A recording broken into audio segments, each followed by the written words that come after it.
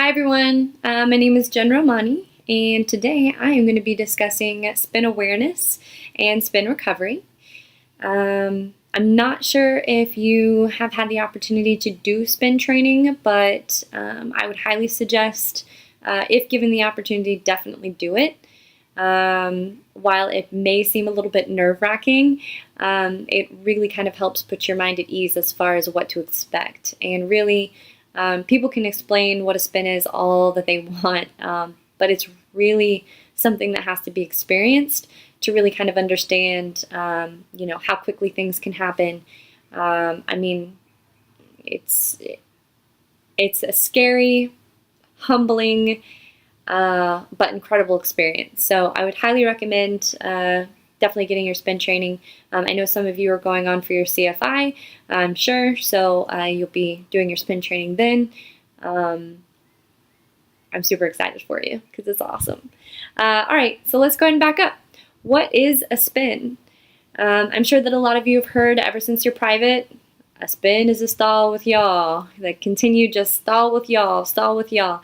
And that's pretty much what it is. Essentially, a spin is any type of stall where we are uncoordinated.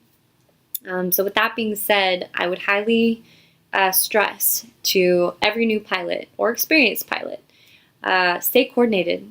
Always stay coordinated. A lot of people think that an uncoordinated stall will occur from a cross-control stall, which is having, let's say, for example, full left ailerons and then opposite right rudder.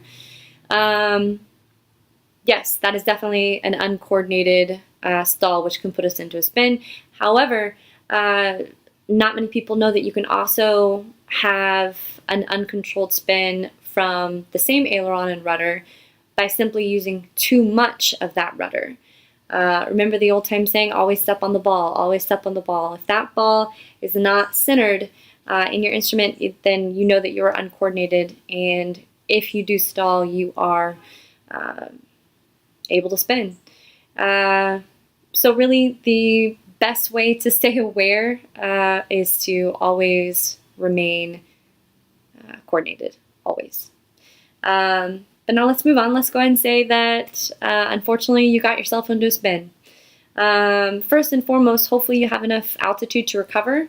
It's frightening how much altitude you can lose within a second or two.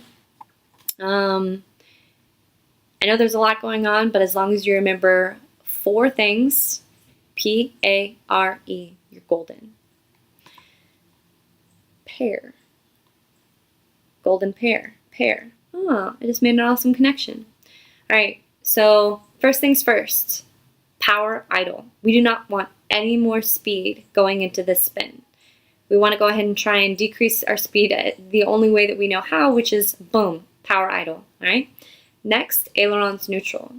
If you're lucky enough to be in a Cessna, which is probably the most stable aircraft that I've ever seen in my life, the ailerons will pretty much want to go neutral anyway. The Cessna is inherently stable. It's incredible. So it's an ideal training aircraft.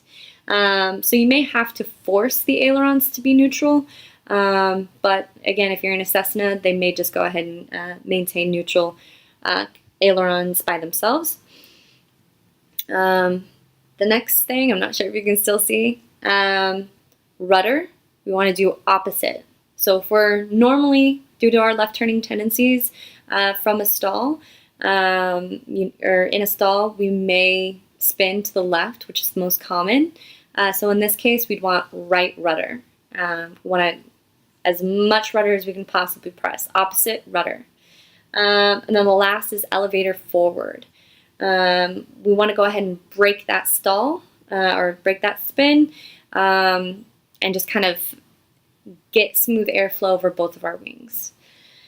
So yeah, as long as you remember pair, you're golden. Golden pair. I'm gonna have to remember that for my next student. So yeah, hopefully you'll never find yourself in a spin. Unless, of course, it's intentional at 8,000 feet while you're doing your spin training, in which case, go for it. Hopefully you'll never find yourself in a spin, but if you do, you want to stop the speed, power idle, ailerons neutral, rudder in the opposite direction, and then elevator forward.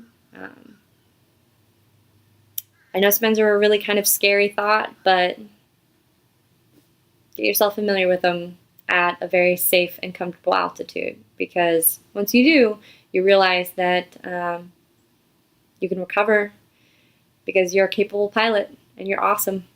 So, all right, good luck on your commercial, and I hope to see you in the air.